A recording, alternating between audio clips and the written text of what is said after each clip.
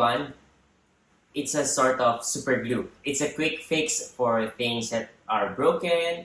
For example, if the rubber in your slippers or shoes are falling apart, it's very useful. For Westerners, you might not be familiar with this, but they have duct tape. This scene is from the movie Skyscraper by Dwayne Johnson or The Rock. Then, gonna read this, he said, if you can't fix it with duct tape, then you ain't using enough duct tape. Because duct tape is a quick fix and a multi-purpose fix for almost everything that are broken. And Filipinos use Mighty Band in a similar way. There is also rugby, but that's a bit dangerous. Anyway, there are forms of adhesives, and I believe adhesives are one of the best inventions of mankind. Welcome to day 4 of our daily Bible devotions. Today we're going to meditate, reflect on Paul's letter to the Colossians. And I mentioned adhesives a while ago because it's similar to how Paul portrayed Jesus to the people of Colossae. Let me orient you with some types of attractive forces, the cohesive forces and adhesive forces, especially with the cohesive and adhesive properties of water. Cohesion happens between the same molecules. For example, water to water, there's cohesion. Adhesion happens when the molecules are not the same. So attraction between two molecules that are not the same, for example, water to table or water to glass, that is adhesion. Now, water has cohesive and adhesive properties. Some things are not naturally adhesive to other surfaces or other molecules. Similar molecules, it's easy for them to have attractive forces between one another. But different molecules, it's not easy for them to be attracted or attached to one another. Why am I saying this? Because our relationship with God is like that. We are like one molecule, humans. God is another sort of molecule. There is no cohesion because we're talking about two different molecules. If we're going to fix our relationship with God, we need a sort of mediator that will make us be attached to a different molecule or a different type of being. And that adhesive that applies the adhesion is actually Jesus Christ.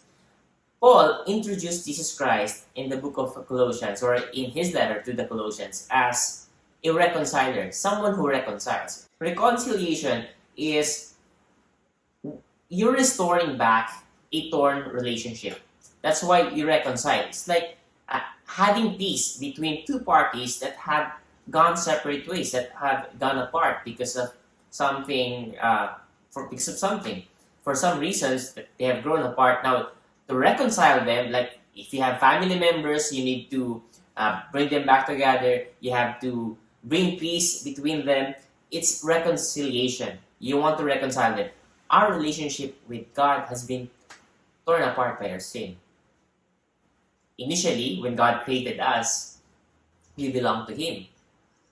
Once upon a time, if you remember the Genesis study, we enjoyed that relationship. Adam and Eve enjoyed that relationship until they fell into sin. And sin tore our relationship apart from God. Now, we need a mediator that would reconcile us to God. We need an adhesive that would make us stick back to God. That is Jesus Christ. That leads us to the principle that I want us to focus on today. Principle is this: Jesus is the mediator who reconciled us to God, and He is the only one who can. Again, Jesus is the mediator who reconciled us to God, and He is the only one who can. Now, that last part is very important to understand that Jesus is the only one who can reconcile us to God. Jesus is the only one who can mediate us to God. He is the only one who has properties to attract us into Himself and then attach us or back to God, to reconcile us back to God. He is the only one who can do that because his nature is he is truly God and truly man. So there is sort of cohesion between us and Jesus because he shares with our humanity. And there's cohesion between him and God because they share the same characteristics because they are just one God. And when we attach ourselves to Jesus Christ, as he is attached to God the Father, then that is how we are reconciled to God. That is how we are attached back to God. Adhesion and cohesion. Question is, do we feel that we are apart from God? Do we acknowledge that we are apart from God? Because if you don't acknowledge that something is broken, you wouldn't want to fix it. I remember recently, I bought Mighty Bond to fix my slippers because the rubber sole is already being peeled off and it's like a talking person already. And I bought Mighty Band to fix it because I have acknowledged for quite some time now that my slippers really needed some fixing. So I bought Mighty Band and then I fixed it. But I have to acknowledge first that it really needs a solution. For me to go ahead and buy the Mighty Band, the adhesive, and then apply it, it's the same. Unless you know that a relationship is broken and it has to be mended, you won't do something. And then when we come to Jesus, that is actually us going to the solution. That is the only way. There is no other way. There is no one else. There is nothing else that we can do. We're like branches. Branches have leaves, yes, and we get sunlight. Photosynthesis happens on the leaves, but then the nutrients, they come from the roots.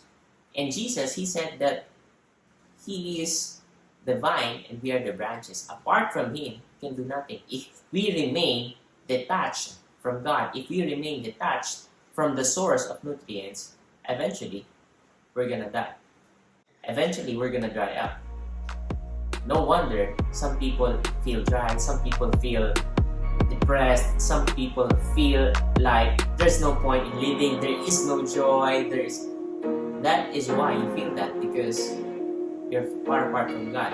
What we need to do is to reconcile ourselves back to God, the source of joy, the source of happiness, the source of